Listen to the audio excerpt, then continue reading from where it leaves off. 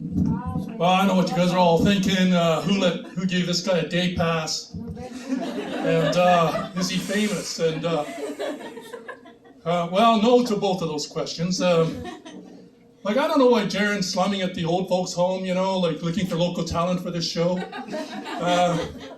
His talent scout brought me back, and they thought I was Mr. Miyagi, but he's dead, and I'm just really, really old. So on my way here, some weird thing happened. This white guy is driving a pickup truck in reverse, right? And he's like complaining, like, I just got this truck, I don't know how it goes in reverse, blah, blah, blah, the mirrors aren't that good.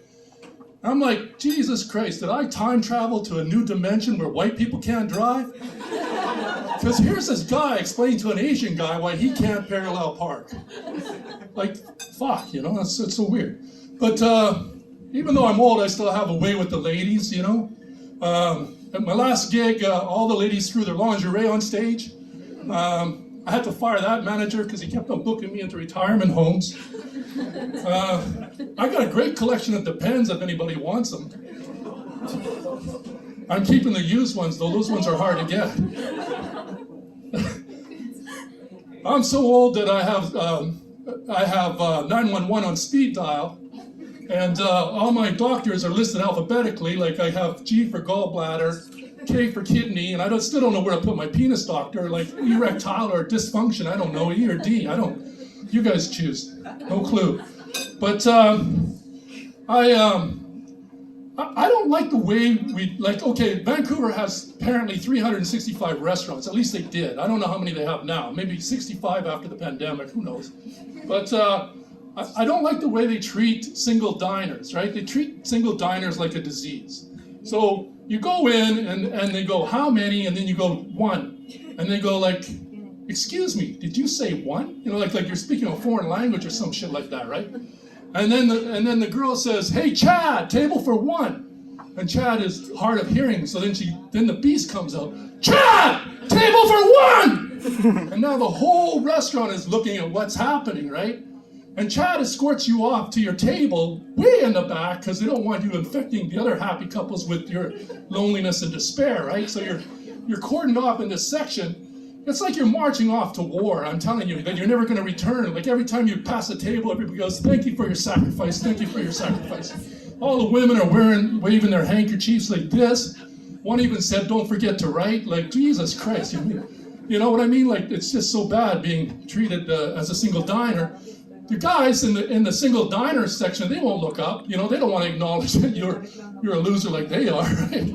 So, you know, so it's not the nicest thing. But I'm not a big fan of, you know, like these waiters that say, hey man, my name is Chad, I'll be your waiter. You get that, right? That happens to you all the time, right? I'm like, really? So you're my waiter? So you mean that apron is not a disguise? Like, you know, like, you know, I could pretty well deduce that you're my waiter because I'm not wearing an apron. He's not wearing an apron, but you're wearing an apron.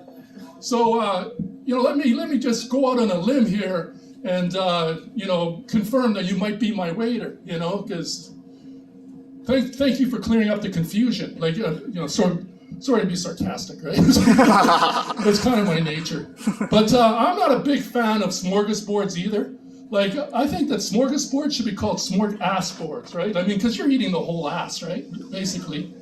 And when you eat at a smorgasbord, you're like, why don't they just put a trough in the middle, you know? Because by the time you get your plate to your table, it becomes like a Jackson Pollock painting, right? It's got everything's mixed together. So I think you pay a set amount for a smorgasbord. Why don't they just give you a set time limit at the trough, and then you're good to go, right? Like, everybody just go to the trough and fill yourself up.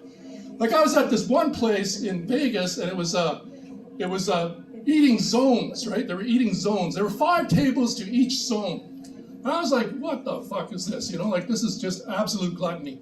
And you had to fill a disclaimer for each zone because, you know, by the time you finish the North American zone, you'd put enough cholesterol in yourself, you'd probably kill yourself anyhow. So, but, you know, Vegas is kind of like that, right? It's like, yeah, it's basically like that. I'm not a big fan of technology. I don't mind one thing. I don't mind spell check.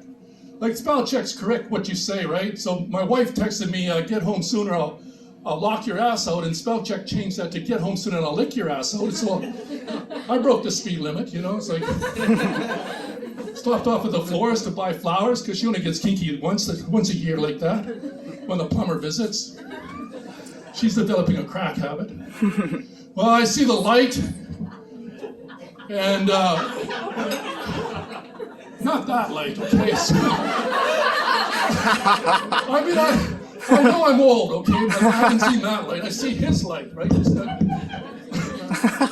You guys are all like, call 911, call 911. He's about to have a big one. No, I see the light, so I'm going to call it a sat right now. Thanks very much for listening. Yeah. Sweat hit my pores. Won't take no loss. Won't take days off.